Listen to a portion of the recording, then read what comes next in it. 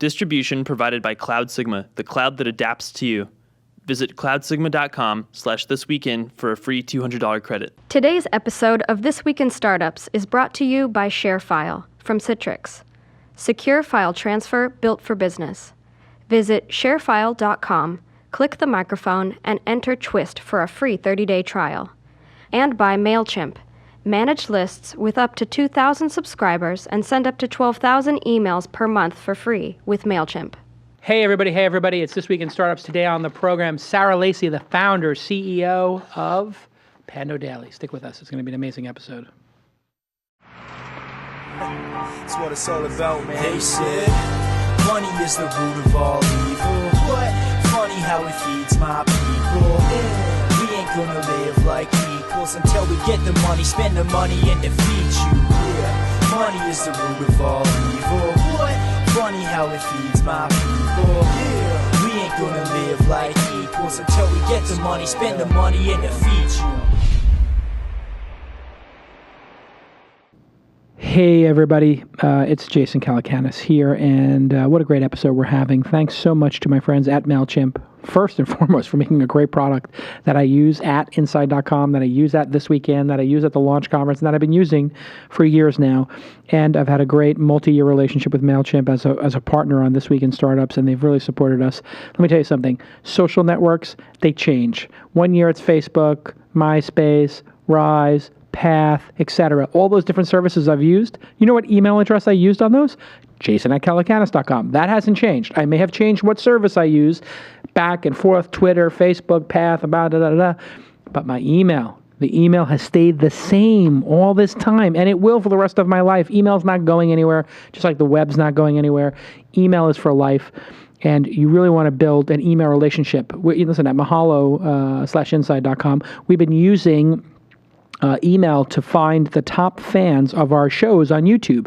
Once we identify the top 100, 200 fans and we start emailing them every week about what we're working on, you wouldn't believe it. 60-70% of the people open the email. How do I know that? MailChimp provides these great statistics. Mobile-friendly email templates, drag-and-drop file uploading, and that's the other great thing. I used to have to go to my tech department and be like, oh, let me have an expensive developer send this email. Let me get the design department involved. It was a multi-step process. Not anymore. MailChimp, I can put a writer, just a lowly old writer like myself, can get in there, you pick a template, put in the text, and do it myself. I don't need what am I talking in this accent for? I don't even know. But it's the truth. Just a regular old run-of-the-mill writer can do it. 2,000 subscribers and 12,000 emails per month for free. What? That's right. Their free plan, that's a terrible accent. Their free plan always includes the ability to manage lists with up to 2,000 subscribers and send 12,000 emails per month. Why do they do that? Why do they give this free service away? Because they know that your service is going to grow and you're going to love it, and then you'll become a paying customer. The free plan is always free, and you pay as you go. There's no contract, right? Hey, a lot of these other services are like, let me get you, you can't find the price. Oh, let me get you on the phone with the salesperson. That's when you know. Whenever somebody gives you the price, won't give you the price of something, that's when you know you're screwed. MailChimp, pay as you go, no contracts. Oh, great. I love it. What a great, great product. I use it all the time. And, it's delightful because you log in and all of a sudden they've got some new feature you haven't heard of. And that's just, it's a great company. What can I say? I tried to invest. They're doing too good. They don't need my money. Thank you at MailChimp. Thank you at MailChimp. Thank you at MailChimp. Go ahead and thank at MailChimp. And please, go use the product. Try it. I wouldn't steer you wrong. As you know, on This Week in Startups, we're sold out. Advertising sold out 4, 5, 6 months in advance. We pick which sponsors we want to work with, which partners we want to have. And I just made a list of here's my 10 favorite, 15 favorite products. And guess what? They're the sponsors of the program. So I guarantee you will love MailChimp.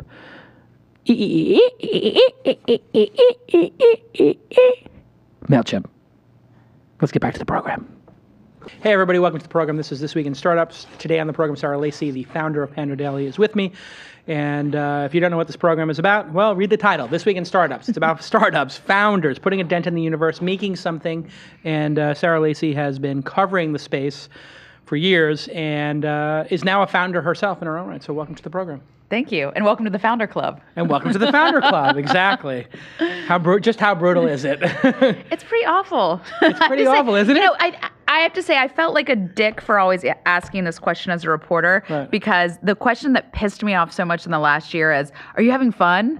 Oh, God. No, I'm not having fun. Right, I'm not having fun at all. Are you joking? No. Like, the highs are way higher than fun. Right. And the lows are certainly not fun. No. And you have 15 people, 20 people working for you. Yeah. And every day, half of them have a problem. Yeah. And so you start adding that up, and every week is the 20 hardest problems that the 15 smart people you hired can't figure out. Right. That's my experience. And it's also like you bend over backwards so much to do things. You're like, oh, the team's gonna love this, and then they're just like bitching about something, and you're like, oh. You're like, man, I thought that everybody was gonna like the kale chips, and everybody hates the mango kale chips. What have I done? So when did you start as a journalist? I'm trying to remember when I first read your work. I mean, I think I first became aware of you when you were doing a column for TechCrunch. No, because the Kevin Rose cover was when you were first aware of my work. Oh, right, sure. Yeah. Absolutely, Business Week, right. That was the famous cover of...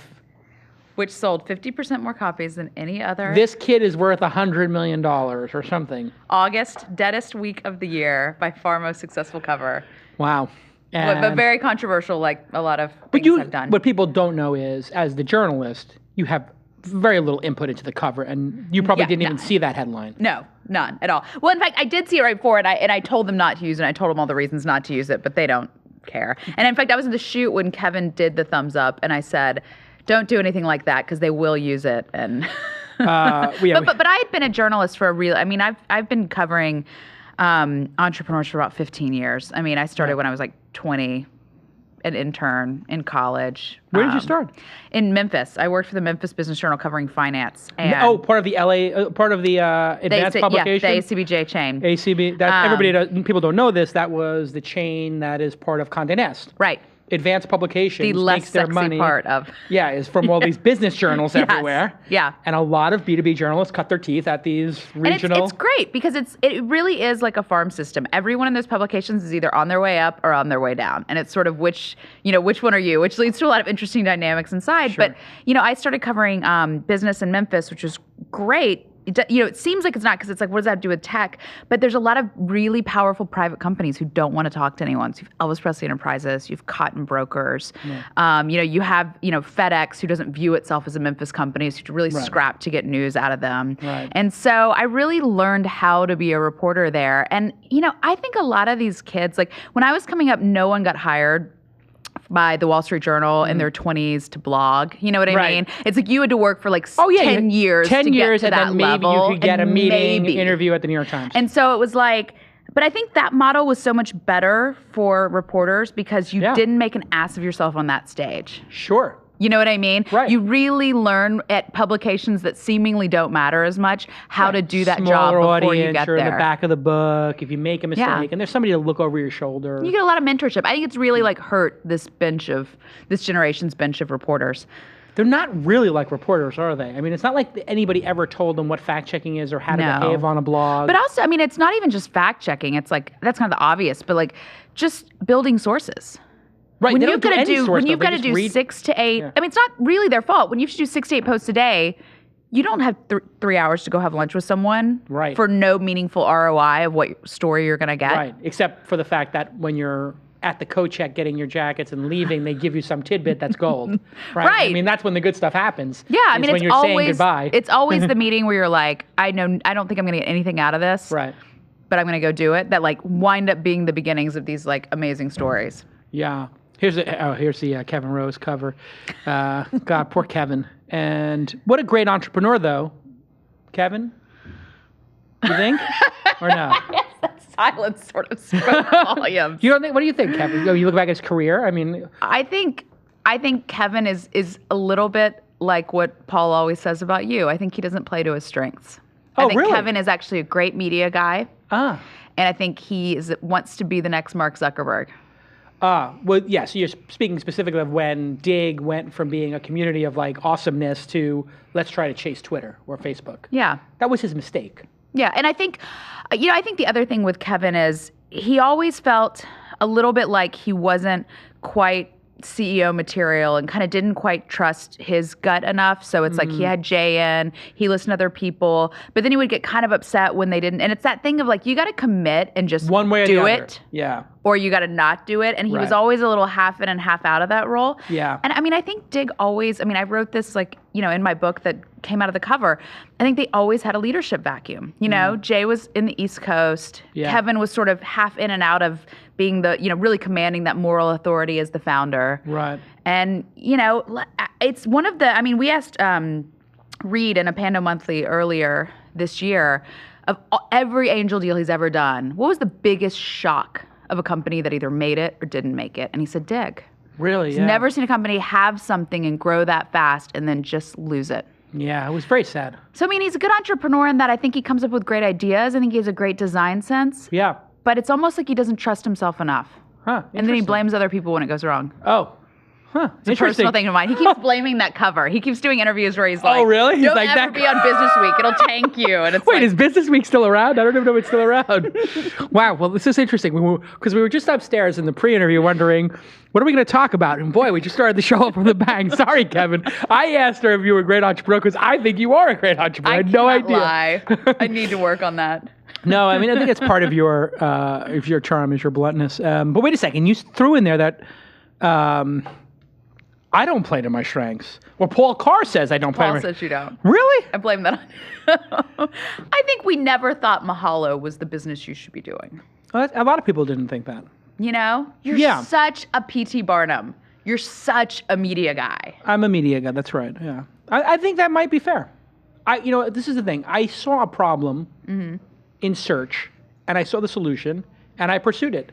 And Google got there quicker than me, and quicker than everybody else. But the interesting thing is, I think that you guys are right, and Nick Denton said the same thing. Like that, probably I'm not the right guy to have done a search engine. Or to evolve the search space. That's probably true. But entrepreneurs, sometimes you just get caught up like, man, I think I could solve that problem, you know? Yeah. And I think that's the nature of entrepreneurship. Well, if you were always trying to do what you've done before, right. then you would never start a business. Right. That's true. I'll have the last laugh with Inside.com. I mean, the interesting thing about that is with the criticism is the business has actually done much better than most companies have. I mean, we're over $10 million in revenue over the last couple of years. You guys are around. I mean, Yeah. you wouldn't have still be around if it had been an abject failure. That is like one of the things about entrepreneurship is that you can have moderate success, and in a space like this where there's tremendous success, moderate success, it's almost worse than failure. Yeah. No, it's true. Because people are like, oh, you're still doing that thing. doing that thing, huh? Still banging your head against the wall. I think one of the things that, I never, unlike Kevin, who, sort of was a reporter and saw what entrepreneurs were doing and was like, I've got to do that. And I Right. feel like a lot of people at TechCrunch always wanted to be VCs or entrepreneurs. Like, I've never had the thing of wanting to be a VC or an entrepreneur. I love being a reporter. I think I have the best job in the world. It just so happened I Why got is to that? a What do point you where love there was about it? no place for me to work. So Yeah. I had to start a company. Yeah, you were functionally unemployable. Yeah, so Your bluntness caught up with you. But why what do I is it love about it? journalism? well, particularly for covering business, it's like, and for covering entrepreneurs, I get to meet with the most fascinating people in the world who are highly emotional, highly volatile, huge personalities, Yeah. who are building things that either fail dramatically or become these things that change all of our lives. I frequently get to meet with them before anyone else, super early on. Yeah. I get to closely watch how they grow and develop and build these things. And I get to be the person who's not their yes man. I Yeah. get to be with them on an equal footing, and I get to tell them what I think, Right. and they have to put up with it. I mean, Right. who would not want a job where you spend all of your day with the most dramatic, interesting, intense, and brilliant people in the Right. world? It's awesome. It is pretty awesome, yeah. But now you decided to actually start your own publication and raise money, PandoDaily. Yeah. But I think you really made a name for yourself at TechCrunch as much as any place. So what was that like? I mean, how did you wind up even at TechCrunch? Well, it's a funny story. Mike started really trying to convince me to come there when I was working on my book that grew out of the cover. Right. And then when he read the book, he really obsessively did, because there were so many like deals. Once you're lucky. Yeah, once you're lucky, twice you're good. There were so many deals and acquisitions and things in that book that even though he had been covering Web 2.0 closer than anyone else, he had never known about. And so he was like, okay, this is someone who might be more tapped in than me. Yeah. And I think the key with like working with Mike is he has to feel like you're slightly better at something that he values than he is. And then you have a very different dynamic than he has with anyone else. I think I had that dynamic as well. Yeah. Yeah. There was a couple of us who had it for a time. But So he'd been trying to convince me to go there for a long time. Yeah. I thought Mike and I had way too big of egos to fit in the same room. There was a lot that I loved about TechCrunch. There was a lot I didn't like about TechCrunch. But what really changed my mind was, you remember that that year that he got spit on at Davos? Yeah, And that it was really crazy. upset him. yeah. So I think that changed him in a big way. I think it did too. So he took a month off suddenly and had never taken any time off. So just as a friend, I reached out to him and was like, is there anything I can do? And he said, can you like kind of fill in for me for a month? And I was contracting for a couple of different places. I was doing column for Business Week. I was doing a show for Yahoo. But I just kind of did, I didn't even necessarily work full time for TechCrunch, but did a couple posts a day. And the thing that struck me was what he had built was totally different than anything else I'd ever seen in the media world. And I think Mike didn't totally appreciate it because he wasn't a media person. Right. And that, Business Week, when I was writing for them, was the largest circulation business publication in the world. But unless you were on the cover, it sat on a coffee table. People didn't read it. And people just consumed and devoured TechCrunch and loved that brand. And what was it about it? Was it that it was just so blunt? That it was like you didn't know what Mike would say next? That sort of I think it was, Howard Stern thing? I think it was a couple things. I think there's this misconception that people think that powerful people want you to be nice to them, and they don't. They want you to be honest because they want you to be honest to their competitors as well. Yeah. And I think obviously the current TechCrunch doesn't get that. I think Mike obviously got that really well. And even when people, even who he had financial ties with, really tried to bully him in, that's when he would dig in and really right. And he's like, you just couldn't control what he was going to do. And so I think that. And he always had a reputation for being somewhat vengeful. I never particularly saw that. I think actually he was very, very fair. I think that was part of it. I think he was covering something that no one was paying attention to. East Coast media never wanted to cover consumer web again. So I think that his love for it and intensity was a big thing. And I think the big thing that he did that we're, frankly trying to replicate is, rather than focusing on a mass audience and huge page views, focus on getting everyone really doing shit, reading your publication every day. And that'll go out in concentric circles. And so when I was traveling for my second book, which is about emerging markets, I'd meet like kids who'd grown up in slums in Brazil who read TechCrunch and felt they identified with it because they were part of this startup aspirational class. Right. And that's where I think the emotion really writing came to the in. top like 200 or 300 people. Yeah, and people feeling like, I'm reading the same thing that Mark Andreessen's reading. Yeah, interesting. Well, why did that person spit on him? I never remember. None of us know. He spit on him and like left. No one, I don't think anyone knew. For all we knew, he could have thought it was someone different. That's quite possible too. But I do remember that. Yeah, that isolated Mike a little bit. I think he felt very that was the first time that he just really withdrew. Yeah, he always felt like he was under assault. I think just because people wanted to get something from him. Because I guess TechCrunch became very powerful at that time. I think Mike had a pattern of trusting the wrong people frequently too. Oh yeah, interesting. Mm-hmm. CrunchPad stuff. Yeah, that was weird. That was another weird one. Yeah. There were a couple of times where I don't know. For everything people said about him being so like hardcore, he could be very trusting and very vulnerable. And I think there were people who took advantage of that. I always found him like very sensitive. Yeah. Which is the exact opposite. He's hypersensitive. Hypersensitive. Like when Lauren Feldman was making fun of him, with puppets or whatever, and just Lauren went to town on him, the puppeteer from 1938 Media, who had totally destroyed me like 1,000 times over. I thought it was hysterical. Yeah. I was tweeting it. But when he started taking on Mike, Mike was like, can you get him to stop? And I was like, Mike, get him to stop. You're the guy who just wails on everybody relentlessly and never takes your teeth out. And that's the thing. You've got to, that's the shitty thing with media, which it's like if you're going to dish it out, you have to be able to take it as well. Yeah, I had a hard time with that. Now, But anyway, so I was blown away just by actually, and then I got sort of more and more sucked in over time. Right. And I think Mike... Because you were a columnist for a while. Well, I was sort of had this editor-at-large role because I was working on a book, and so I was already committed to that. And so I kept kind of doing more and more and more. And then Mike for many years told me that he thought I was the only person who could take it over after him. Yeah. So. And how'd that work out? Well, Not so Eric well. Schoenfeld's ambition got in the way just a bit. Yeah. But it worked out great for me. I mean, the reality is, over the time that I was on maternity leave when all of that went down, TechCrunch declined so much that it would have been more of a turnaround. Yeah. And coming in and It lost also, half the traffic after and coming in and Mike also left. trying to put in all the work to rebuild that and do it for AOL versus start from scratch and really build something from your vision. Yeah. It just was no contest, which I would rather be doing. And you have luckily built up such a tremendous reputation over the last couple of years. Mm-hmm. You know, I would say based on your words, I mean, I think you're an excellent writer. So I think you've earned the respect of people like Mark Andreessen and Peter Thiel and other people who realize you're a great writer. Yeah. You're a great journalist. Well, a lot of And these people they just offered to back you? How did that come apart? Come They've about? literally been trying to get me to do this since 2008. When I finished my first book, Andreessen he does these things where he like sort of summons people and tells them they need to start companies. Oh, really? Yeah, and it's almost like How an come Mark intervention. hasn't summoned me? What happened, Mark? 3 interventions with me, and like the third one finally. Oh, I always took. had a company, right? Exactly. But he, he tried to convince me to do this then, as did a lot of the other people who backed me. Actually, a lot of my investors were not very happy when I went to TechCrunch. A lot of them had issues with the way a lot of Mike did things. Yeah. So when I, TechCrunch fell apart so quickly, and when it did, I just kind of poked my head up and I talked to Mark about it first, talked to Mike about it at the time, and then talked to some other people, and people were just so. People had seen how important it was to have something that both liked the community but showed the community a lot of tough love.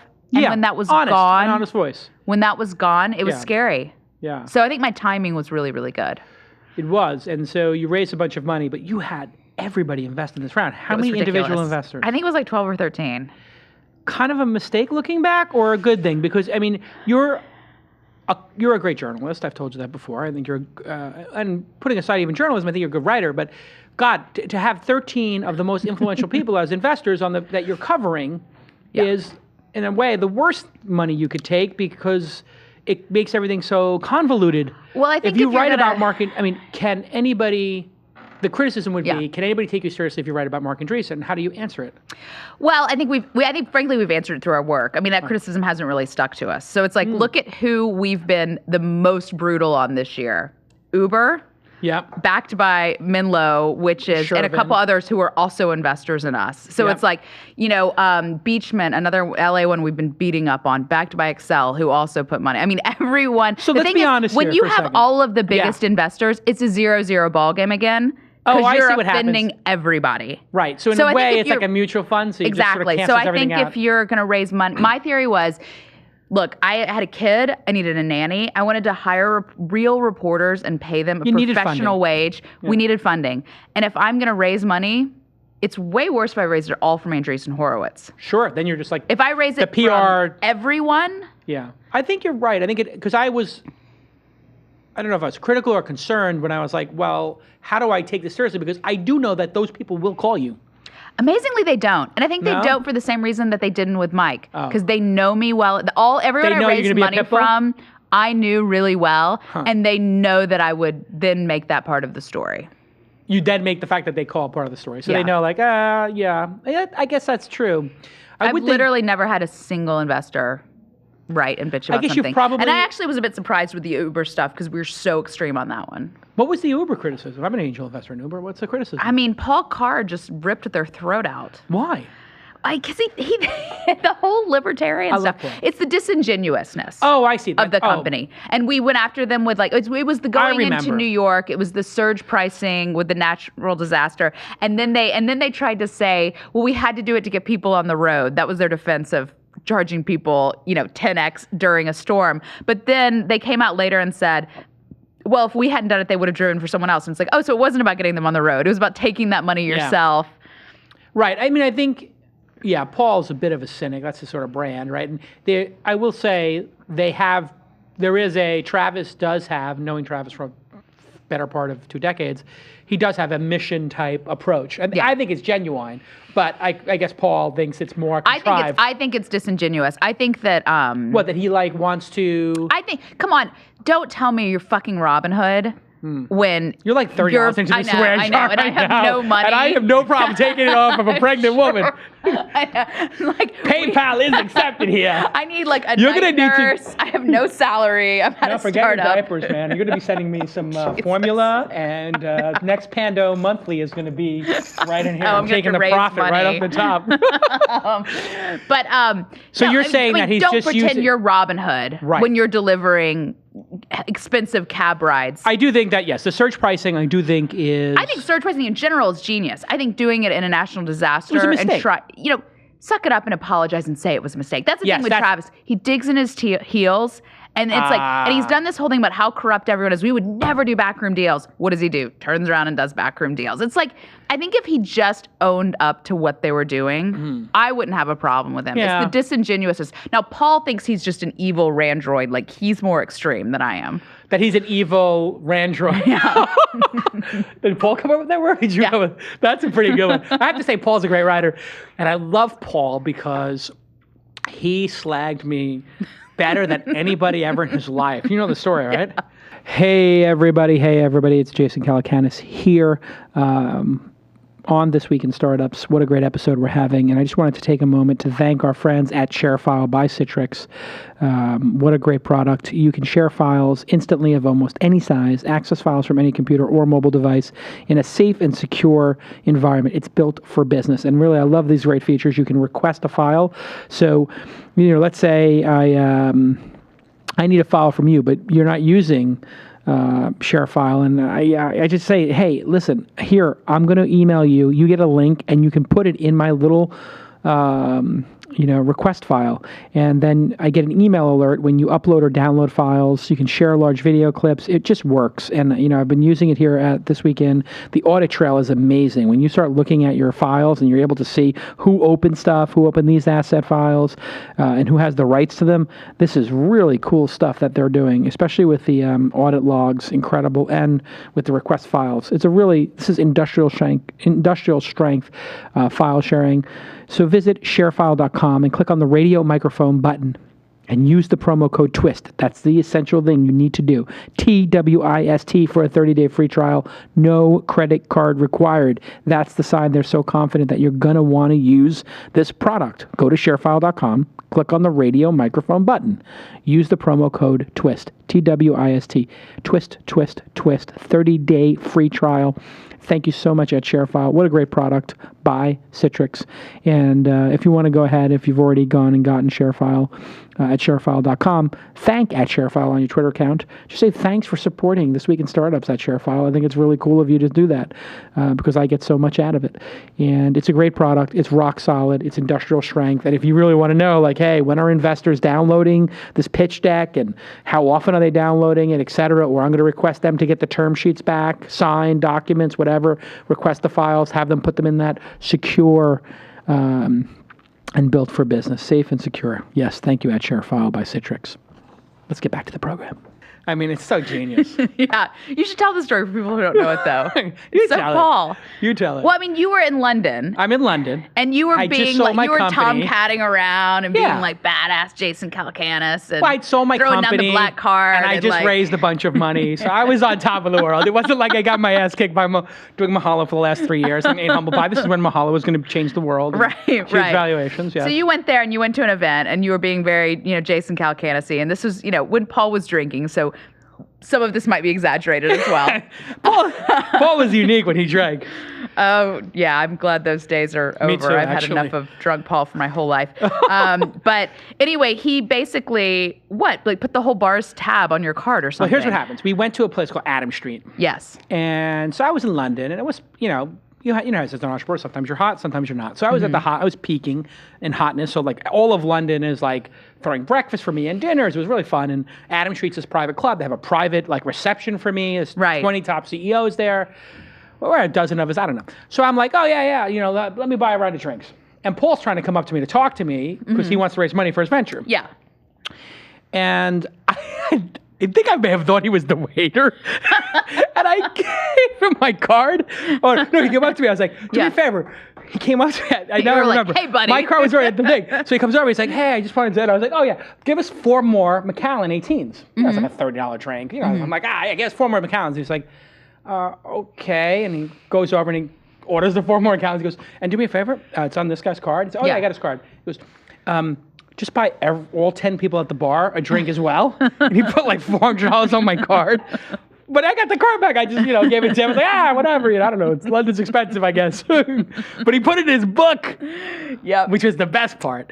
Which is, yeah, I mean, well, so I this is love the that. difference It's a between you and great story. Arrington. You love that it's in the book. Oh, come on. Other people would hate being in the book. If you can't laugh at yourself, I mean, you have to your own self be true, right? I mean, like, self-awareness is very much required if you're going to be in this business, I think. Yeah, for sure. I was not supposed to be in Paul's second book. That was actually the ground rules of our friendship, is that he couldn't write about it. I am the largest character in his second book. Which book is that? The Upgrade.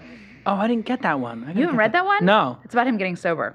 Oh, I got to read that. And living in hotels and like his spiraling out of control. And that's why the only thing I'll say in his defense is I played a large role in him getting sober. And so he was like, it would have been disingenuous not to. But I did not see it until the It is draft. one of the things about these writers. God, I can't tell you how many writers I've had over the years who they love the booze. It's very weird.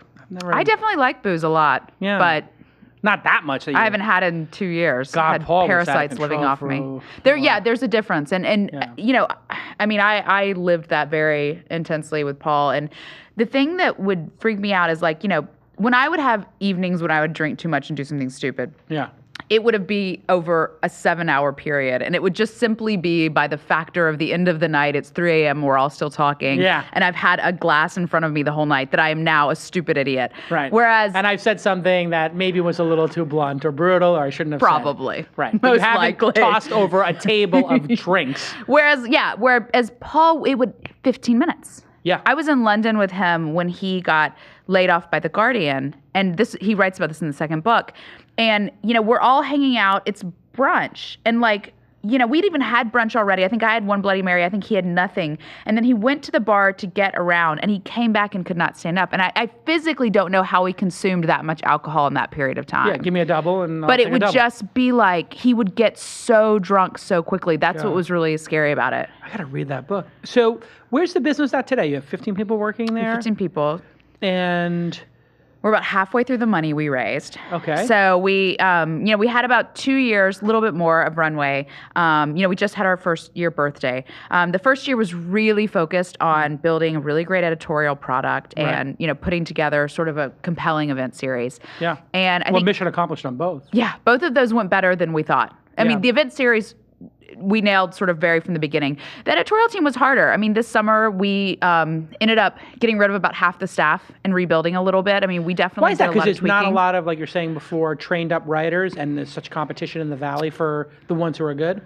I mean, I think there's just not even that many that are good in the Valley. But if you're good, But if you're you're Old definitely Malik overpaid. Oh, yeah. or Sarah Lacy, you're going to start your own. Yeah, exactly. And then there's some that are good, but they're like way overvalued. Sure, Nick Bilton Yeah. is like getting paid some hundreds of thousands of dollars Right. by the New York Times reportedly or Yeah. something. So it's Or ridiculous. got offered $1 million by Wall Street Journal or something. which is not totally true, but. What's the truth? Oh, Probably got offered $500,000 or something. I mean, I think it was one of these things where it's like part of it was a CBS deal and a this deal, and you'd get a 3-book deal, and you know what I mean. I think it was one of it those was things like a where Walt all those Mossberg package, exactly all Kara those Swisher pieces package. could have led to. Wow. But still, I mean, making a ridiculous amount of money. I And mean, there are journalists in the tech space making $250,000 a year, yeah, which is incredible to me. Like journalists in New York are getting paid. I was making that when I was just hosting a show for Yahoo. Yeah, the tech scene is crazy. It's whacked Because out. but it's gotten so binary because there's no bench. There's I mean, no we bench. talked about the old media publications don't do it anymore. Right. New media doesn't either. Right. And Mike would always say to me, "Why are you and I the only two who can break news?" And I'm like, "You're not letting anyone. You're not letting anyone build sources. You're Yeah. not letting anyone build those relationships. They Right. can't pick up someone and call them and ask them if But a something's big part of true." your success is your ability to network. Like I can remember having dinner with you in Paris with Tyler and your husband and everything. Like you're exceptional at taking the time to get to know people. I feel like I could trust you. Like you came in here and I didn't look at you as a journalist. I just looked at you as a friend and I told you all the stuff that's going on. And That's been a knock against me as well, too, though. Yeah, you're too people always close. feel like I'm too close. Yeah. But you still write everything. Yeah, I'm still blunt. I mean, I don't think Yeah, anyone you're still feels pretty. like. Yeah, your child's pretty good. But you've gotten better as an interview. You got famously fried for your Zuckerberg interview at South by Southwest. What was that I'm about? so glad I How do you- redeemed myself from Pando Monthly. Yeah, that was terrible. You know what? Actually, I saw part of the that. thing is, I had a great reputation as an interviewer before that as well. I mean, But that was live on stage with Zuck. I'd done live stuff on stage before. Look, I think That was the biggest interview done live up until that for point. sure, for sure. Were you nervous? I mean, look, I haven't gone back and watched it. You can't go back and watch it. I It's don't just want too- to. Yeah. But I Train wreck. maintain it was not as bad as everyone thought. It was bad. It wasn't as bad as everyone thought. It was, you know what the thing I was? have definitely that done was where look, you've gotten now that it's not so inside baseball. It was very inside baseball. Like I as think an interviewer, it I was think- more about your relationship with him than him. I think Too cozy. possibly. I mean, look, that's the way it read to you. That's sort of what matters in an interview. Frankly, it doesn't really matter what I think. No, that was the general consensus. Yeah. Well, okay. Let's say what general consensus was. I mean, there was someone who actually Okay. did a study of this. Yeah. 60% of these hundreds of tweets were sent by 3 people. Okay. It was a mob. Oh, okay. I mean, it was a mob. Oh, really? Yeah. Okay. And it was when you were in the room. Actually, what happened was Mark and I went off stage, and we had no idea. And it was like, well, I mean, they were like, I think towards the end there started to be like heckling, and like he and I were both confused. And we got off stage, and because the front like third of the room was very friendly. Right. Oh, so this was one of those live blogging, what do they call that? The back channel.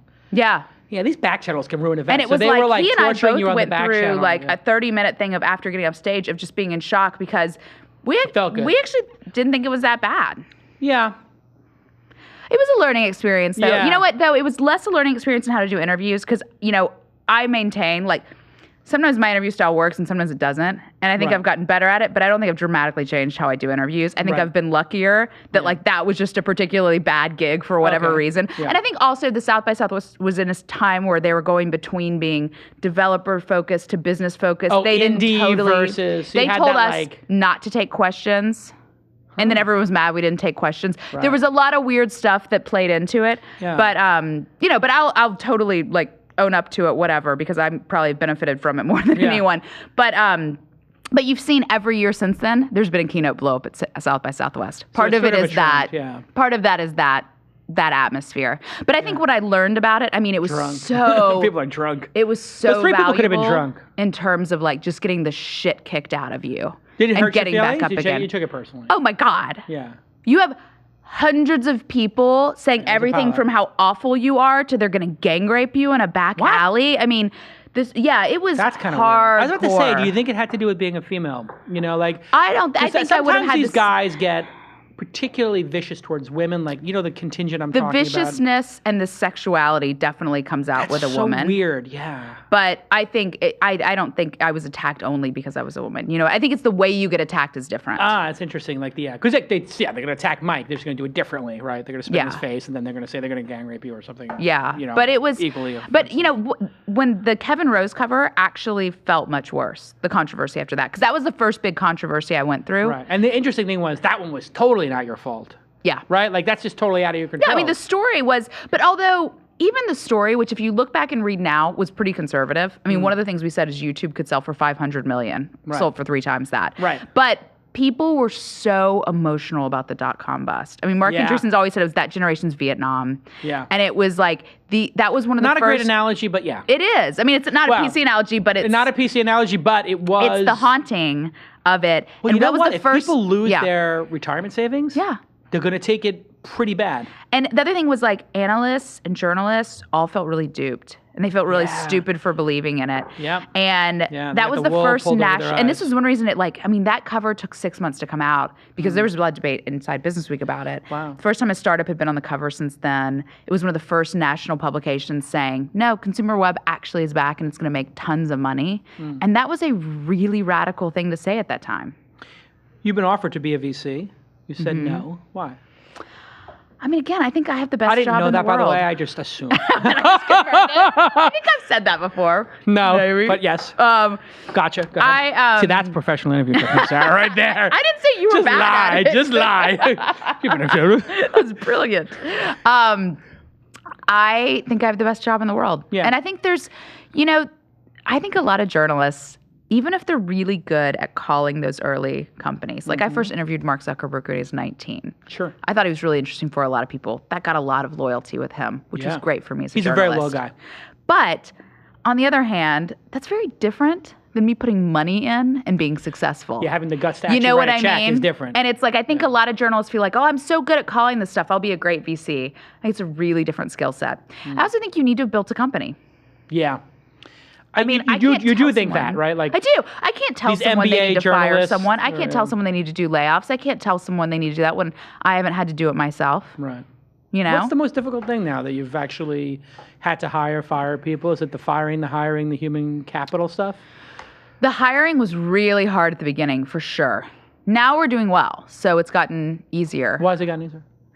Well, I think on the editorial side, we have a lot of people who want to work for us. Yeah. And we don't really have any open positions now. So, you know. Scarcity plus some respect of the product. Well, and I think part of it's the product, but part of it is people feel like our writers get to do work that other people don't because they do 1 to 2 posts a day and not 6 to 8. And they the get posts a ton are like of researched. You're insisting people make phone calls. Yeah.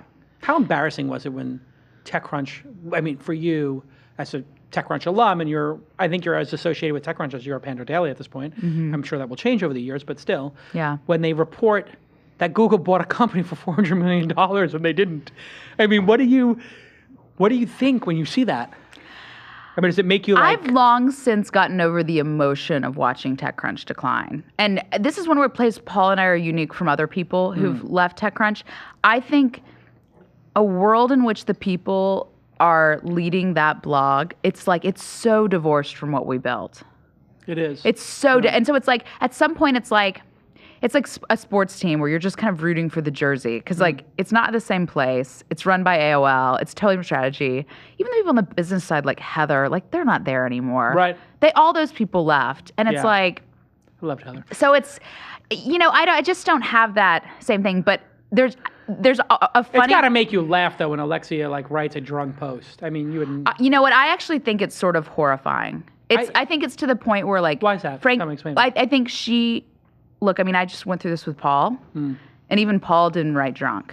Right. I think when you are, particularly as a young woman in an industry, writing openly drunk on a blog and your company is not doing anything about it, I think it's scary. Her?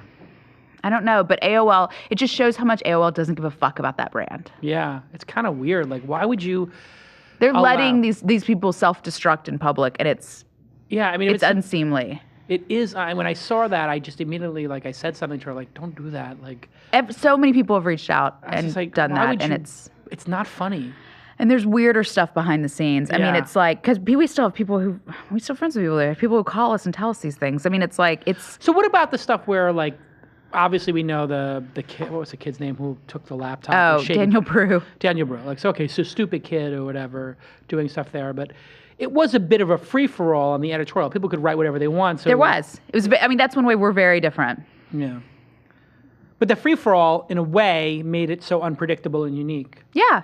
No, look, there were so many things about TechCrunch that created the value of that company. And this was actually my trepidation always in taking over after Mike, is there were things about the brand that I didn't like, but they were clearly a big part of the value.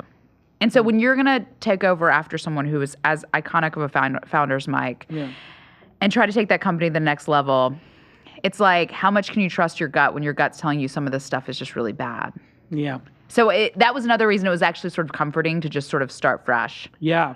And although I have to say with Daniel Brew, it's like as soon as we knew it was handled. That is the difference between TechCrunch now and TechCrunch then. Yeah, absolutely. And Mike owned it. It's like, hey, listen, we accepted a laptop for a story. Here's all the posts. We effed up, and we were letting interns have their shot and post stuff, and this is the risk. I think part of the big thing is because we still give reporters a lot of autonomy. We do edit stories and stuff. But wait, are people allowed to post without it being read by an editor? They are.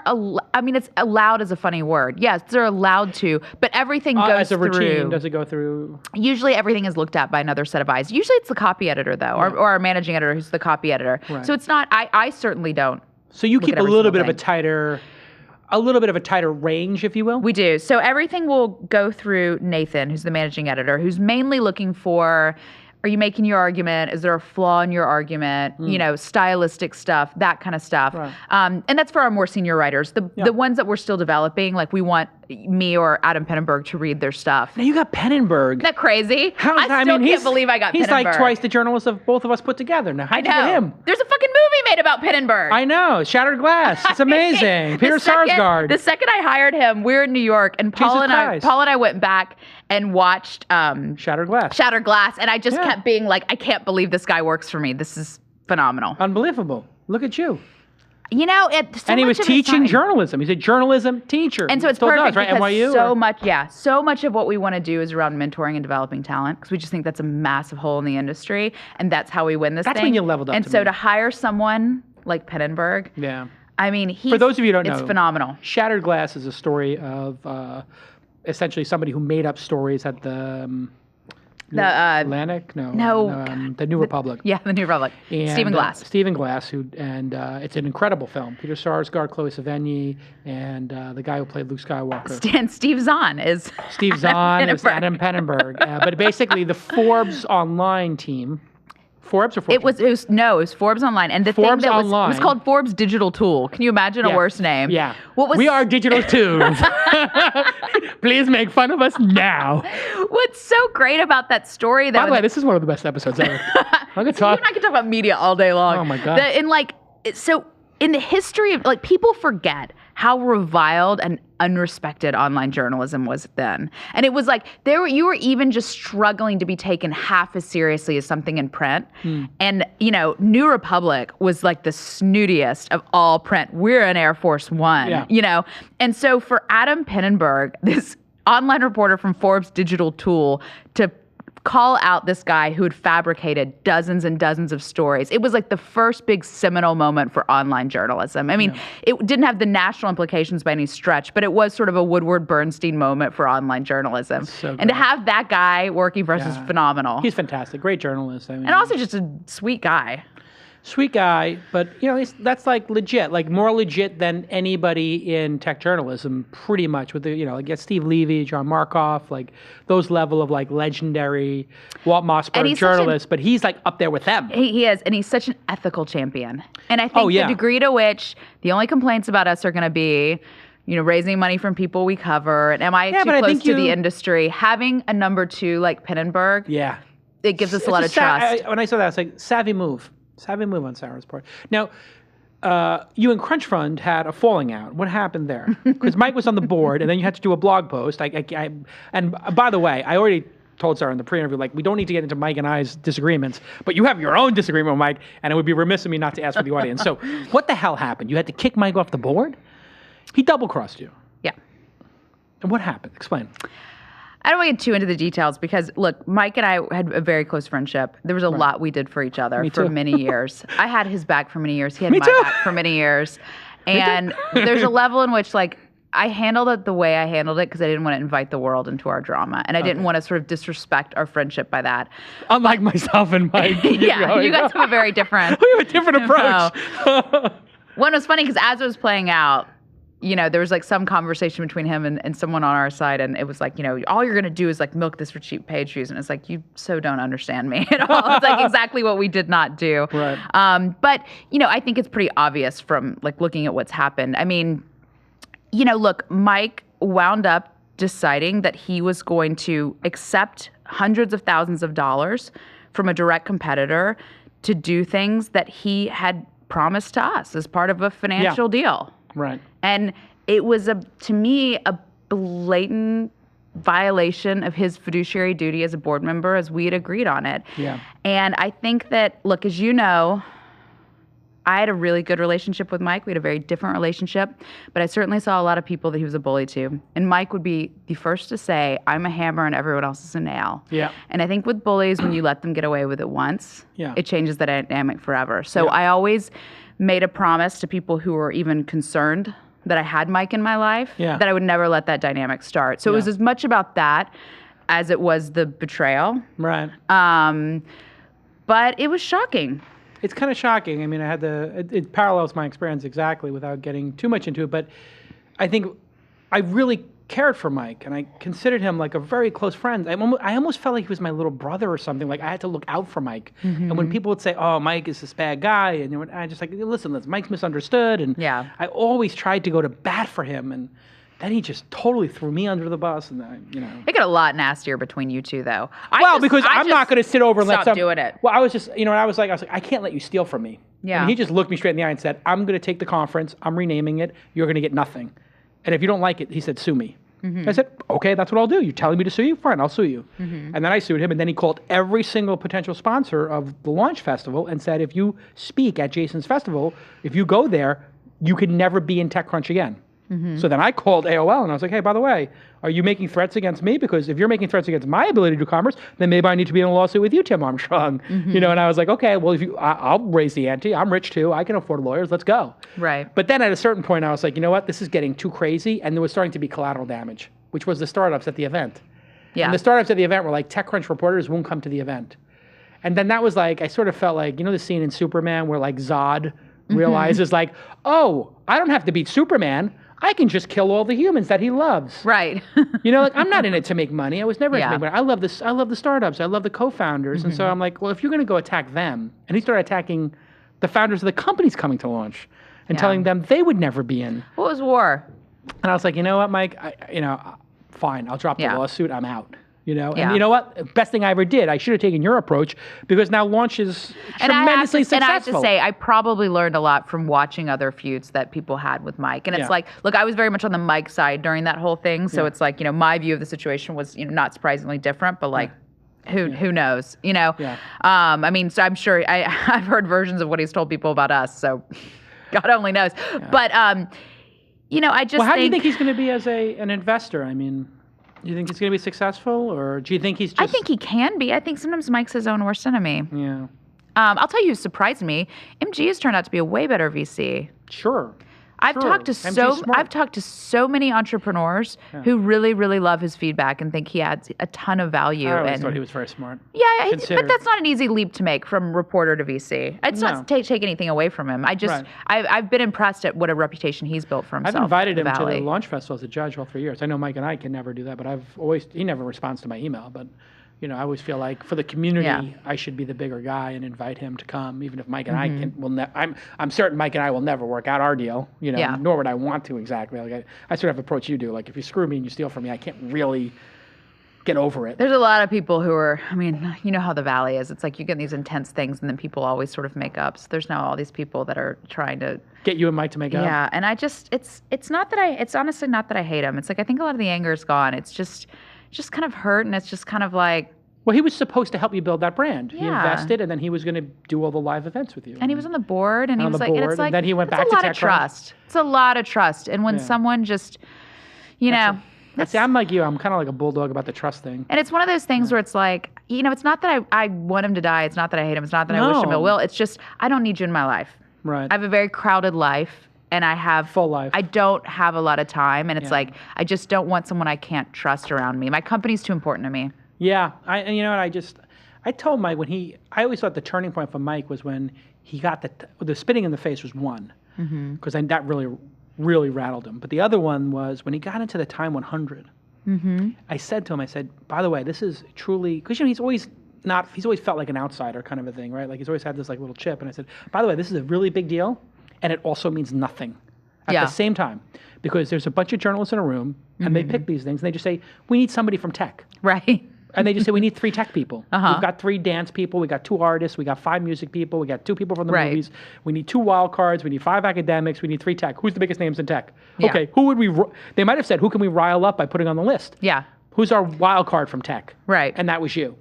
So just be totally magnanimous about it and just be humble and you've arrived. Just enjoy it. He could never enjoy the success. Like he felt like everybody at the conference was trying to attack him. And I was like, just go out and shake everybody's hand, wash it, put Purell on it, I get it. And then be thankful they're paying $2,000 to come to the event. And just pretend you're interested in their law firm or their bad idea or whatever it is. Just pretend. Yeah. And be thankful that people come out.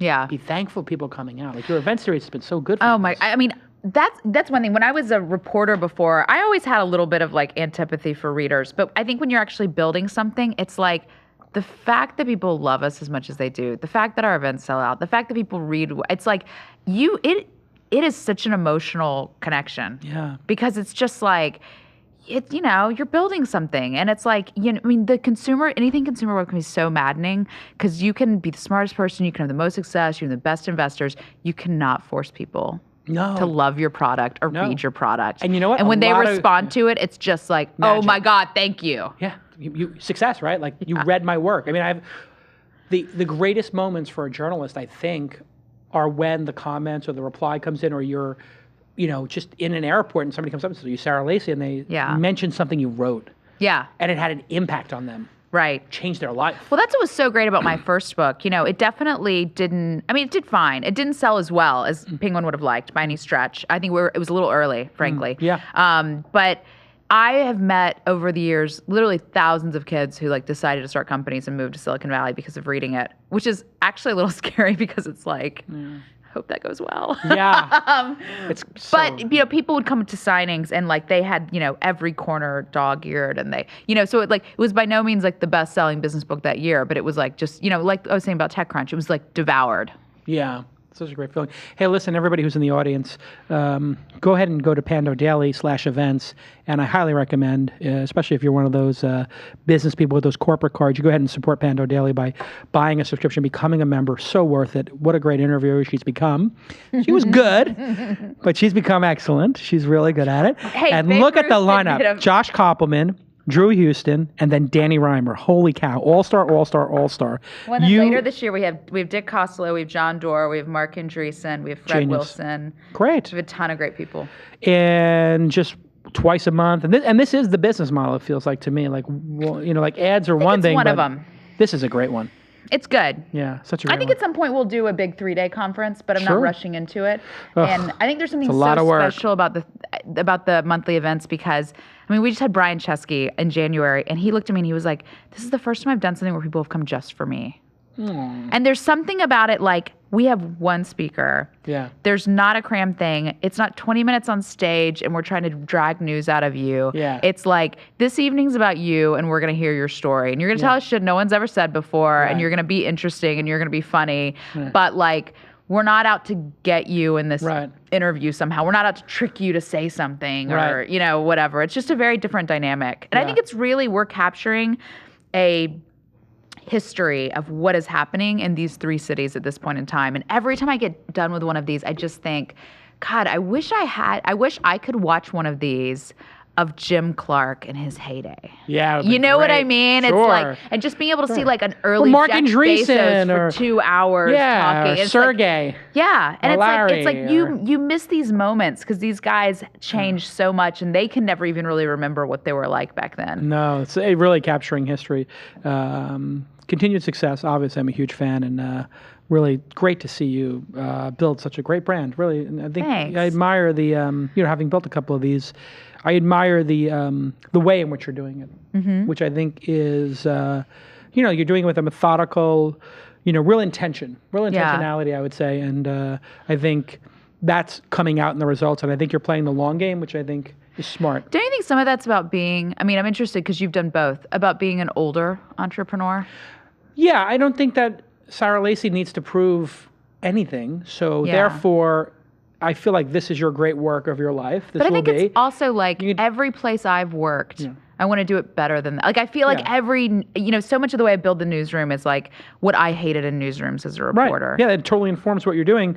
And, I feel like you're taking an approach of entrepreneurs take the approach of this is the world I want to live in, right? That's one of the great things about being an entrepreneur is you get to create the world you live in. Right. And if that means we're going to have this type of coffee, or we're not going to have these type of people at the company, and we're not going to have this type of complaining, and we're going to, but we're going to be honest about these kind of things, or we're going to hire Penenberg, or we're going to, give you the time to actually go have lunch with people, and we're going to insist that you do 5 meetings a week here. Right. If you want to be a great journalist, you got to do 5 or 10 of these a week.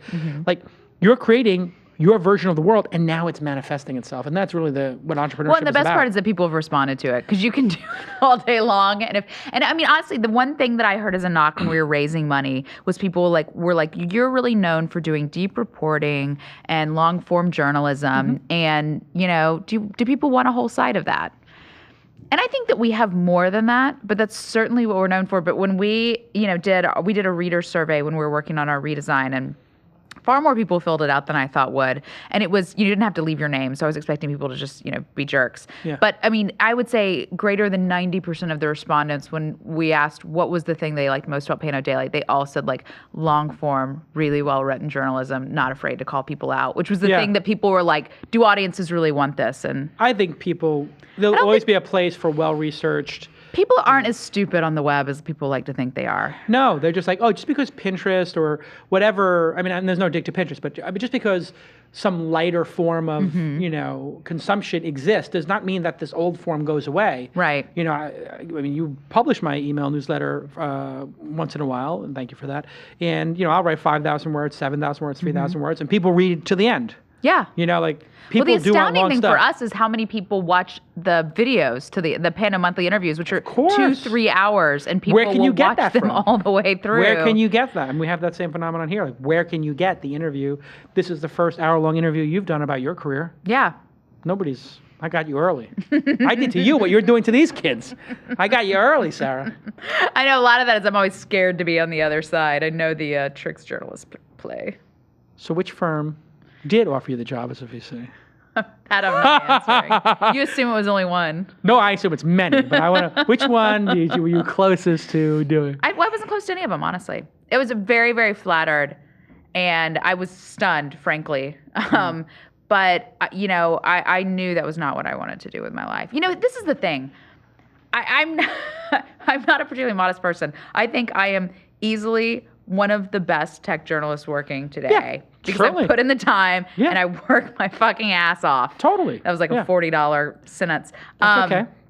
But I totally put you in the top. I totally put you in the top 50. There is no way. Top 5. I'm just screwing with you. Let's even say we say top 20. Let's say my biggest critic would put me there. Not put you. I'll easily put you in the top 10. I'm trying to determine where in the top 10 right now. I would in no way be in the top 10 VCs. If I'm going to do something, I want to do something I can be the best in the world at. I didn't ask you any questions about gender. And I think about Ellen Pao and Marissa. I'm just thinking about all the gender issues. I never have, it's so hard to find women founders these days. Yeah. And I always try to think about if any of those issues are relevant. Marissa gets a ton of attention over this baby stuff. What do you think of that? I think it's so shitty. I mean, it's like, I think what pisses me off about it is women who say, okay, if she went and took a maternity leave, women would be like, oh, why are you taking maternity leave? You're a CEO. Right. And then it's like, she doesn't take maternity leave. Like, well, now none of us can ever take maternity leave. You've set the precedent. I mean, it's like, she says, rather than her, she came out and said, oh, it's so hard having a baby. Women would have said, oh, but you're rich and you have nannies. How can it be hard? So she comes out and says, we're really blessed. We've had a pretty easy baby and it's been manageable. And people are like, oh, how dare you say having a baby? Yeah. It's just, shut up and take ownership of your own life. I mean, it's like there's this weird thing around. People seem to be obsessing about her pregnancy. I mean, and you're been pregnant twice, I guess, during the birth of this. Right. Well, and 3 pregnancies in 2 years. How'd you do that? Well, I didn't have a nanny when I decided to do Pando, and so I took Eli fundraising with me. So he went to every office in Sand Hill Road and had like a huge blowout in Andreessen's office, which he's the world's biggest germaphobe. So that was that's amusing. Wow. But it's no one thought it was weird. No one batted an eye. I mean, even Andreessen, who's like awkward around babies, gave him a term sheet. Here's your term sheet, baby. Here you go. David Z picked him up and was throwing him in the air. You could see how everyone responded to him differently.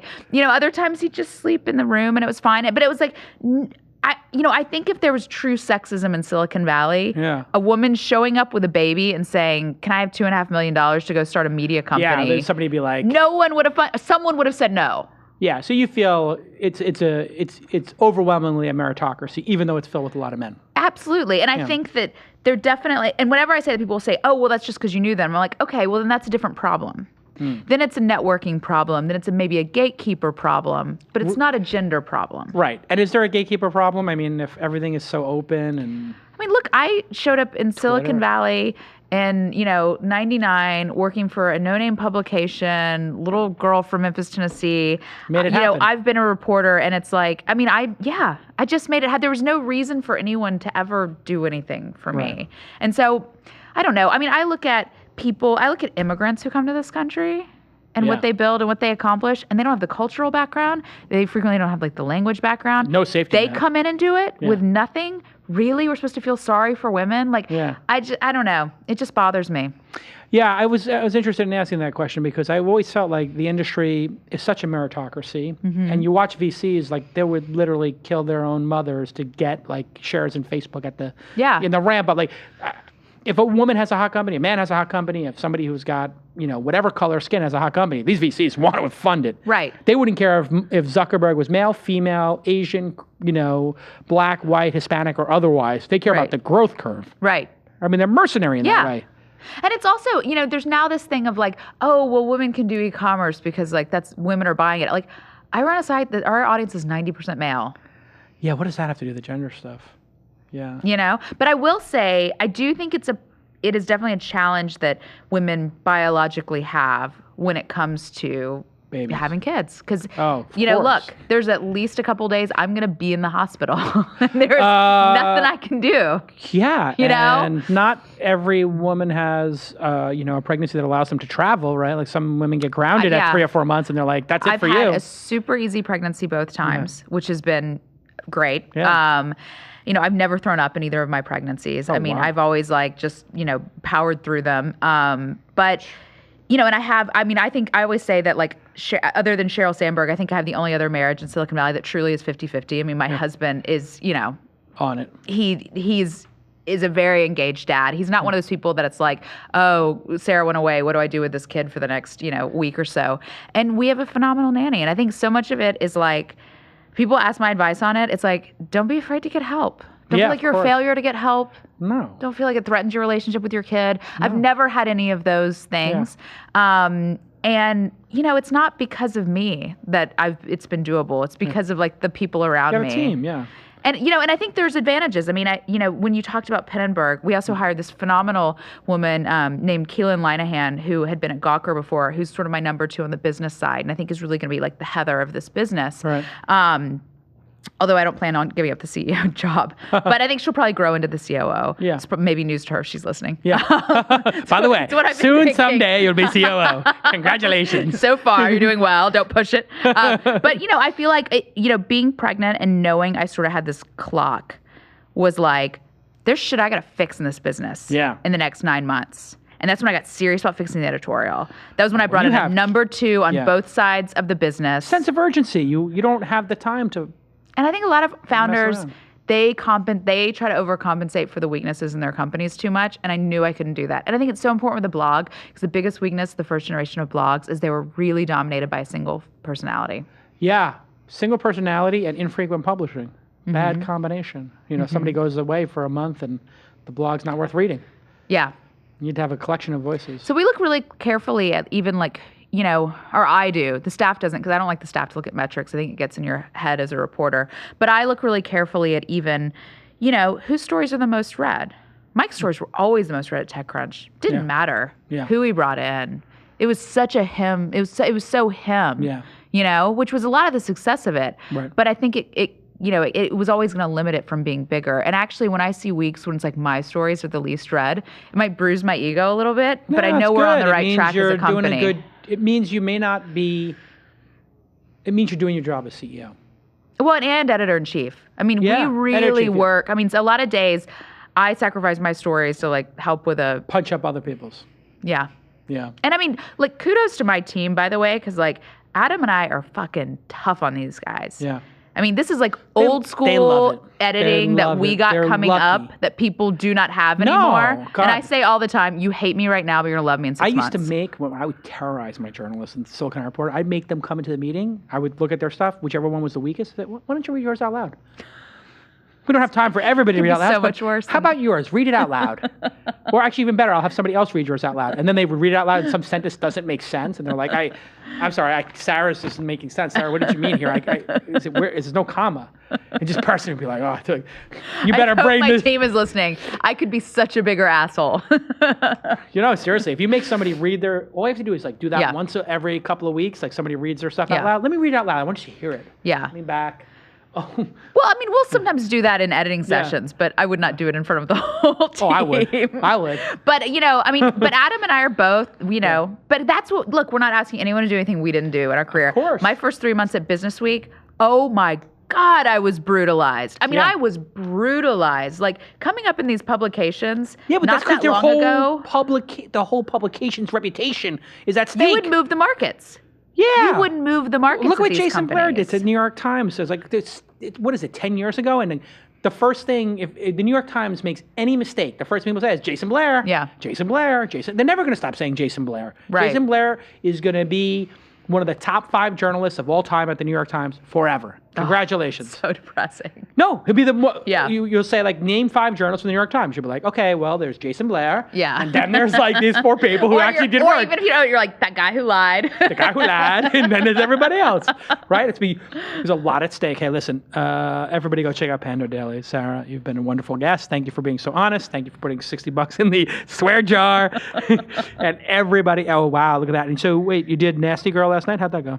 It was good. Yeah? She was great. It was the first event she's done, and it sold out in less than 24 hours, and So great. we had more than do you 100 get? people write and ask to come. Wow, what do you get, 100 people, 200 people, these things? now? 400. 400? LA and San Francisco, we do 400. New York, we do Wow. 150. Holy cow. Genius. Yeah. Well We'll have to have done. you do an LA one sometime.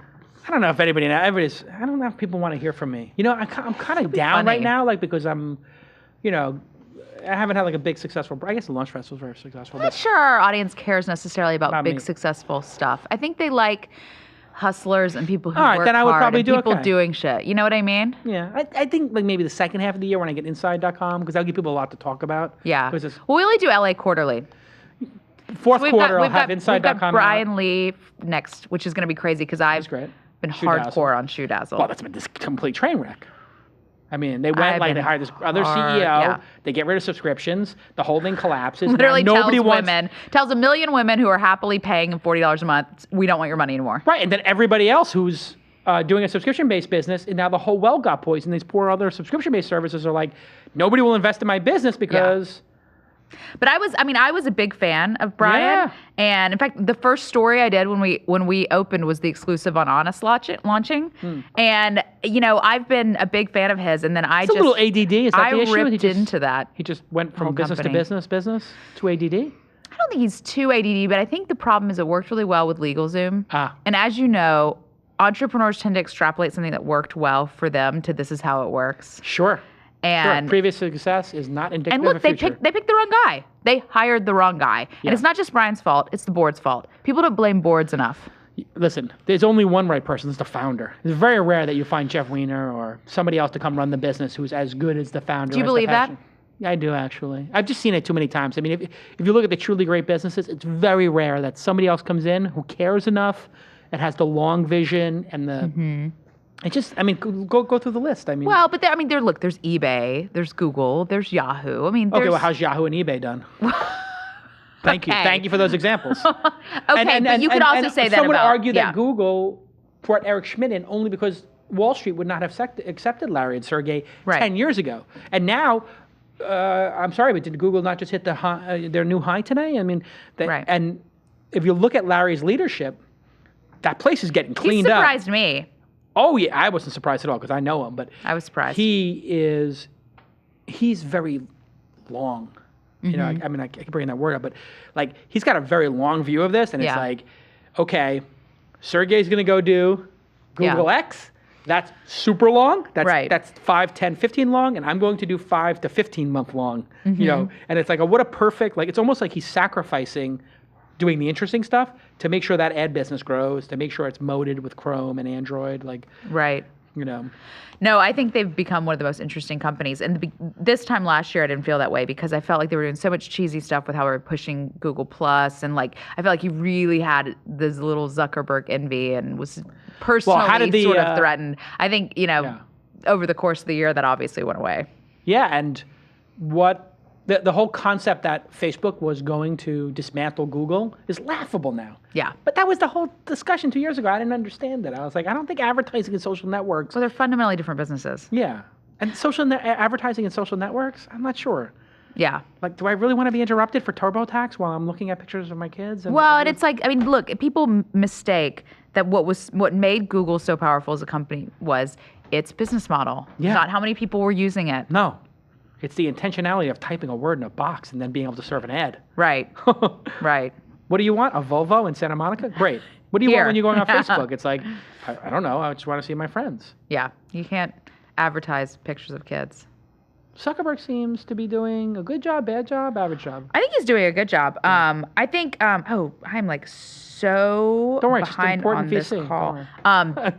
Jesus. I think given the situation, he's done a good job. I think people don't blame NASDAQ enough for what happened. I think you can never go back and have a working platform and not start that chain reaction of events and see what would have happened. So I don't think it was all NASDAQ, but I think we can never know how much of it was NASDAQ, and people blame the company too much. I think that from what I understand, inside the company, he has really rallied the team. Good. There's not licking wounds. There's not feeling sorry for themselves or just wandering around like, oh my God, we're hosed. They're not shell shocked. No, he's got. He has galvanized them and made them feel like the underdog again. And I think he does well in an underdog position. I think he's going to be a Jeff Bezos. I think Wall Street will never understand him. I think he will have a long-term view. He'll do things that don't make sense. I'll tell you, the only thing that worries me is they're managing to show Wall Street they can make money off mobile, but Facebook crashes on my phone every time I open it. Yeah. I mean, I don't understand fundamentally why they can't fix their mobile app. But I also don't understand, like, is it sustainable for every time when people open the mobile app to see an ad? Like, ugh. And they don't feel like ads. It's like so hidden that they're an ad. I can't tell the difference. Oh, you're lucky. I literally can't open the app on my phone. I've reinstalled it 3 times. It crashes every time. That's interesting. I haven't had that happen. I mean, it's like, and when it didn't crash, it's slow. You can't find, They're not good at mobile. They're just figuring out mobile. They're doing classes. But what worries me is that I think that they're focusing on figuring out mobile monetization and not more the than mobile product. Yeah. Yeah, there's better mobile products and out that there. worries me. It's kind of weird, too, to copy Poke. That Poke Snapchat copy was just like, what's the goal there? But he's done that before. I mean, he did that with Foursquare. He did that with Quora. He's done that with other stuff. They went out of their way to be like, and he coded it. And he did the code himself. And it's his voice. And we did it in 12 days. It was almost like we're trying to send a message to startups like, we're going to roll over you. Like, we're hardcore. F you guys. Yeah, I think it was like really the gangster. The messaging around it that was creepy. Correct me if I'm wrong, but the fact that he coded, the fact that it's his voice saying Poke, like, those are intentionally placed PR tidbits. Yeah. Those are not like, Sarah Lacy figured that out. Like, somebody said like, he did code it, and he did, make the Poke sound, and they did it in 12 days. Like, that's being fed to you by the PR machine. Oh yeah, for sure. And they have a very sophisticated PR machine. Yeah, back channeling and. Yeah, I mean, probably one of the most sophisticated ones in the Valley. Well, didn't they do that whole? They did that whole stupid thing where they tried the Burst and Marsteller thing. Oh, that was. No one got fired for. Well, I mean, if that's their strategy, and if that's their strategy is to do that kind of hardcore, deceptive, whatever. Then you want that person on the team. Even if they got caught, who cares? They'll do it again. I don't know that it's something that extreme again, or at least be a while before they do. All right, that's it. I'm going to try to end the show one more time. I know. I've been trying to end the show. All right, here we go. 421. Thank you once again, Sarah Lacy, PandoDaily. Thank you. On the program. See you next time, everybody.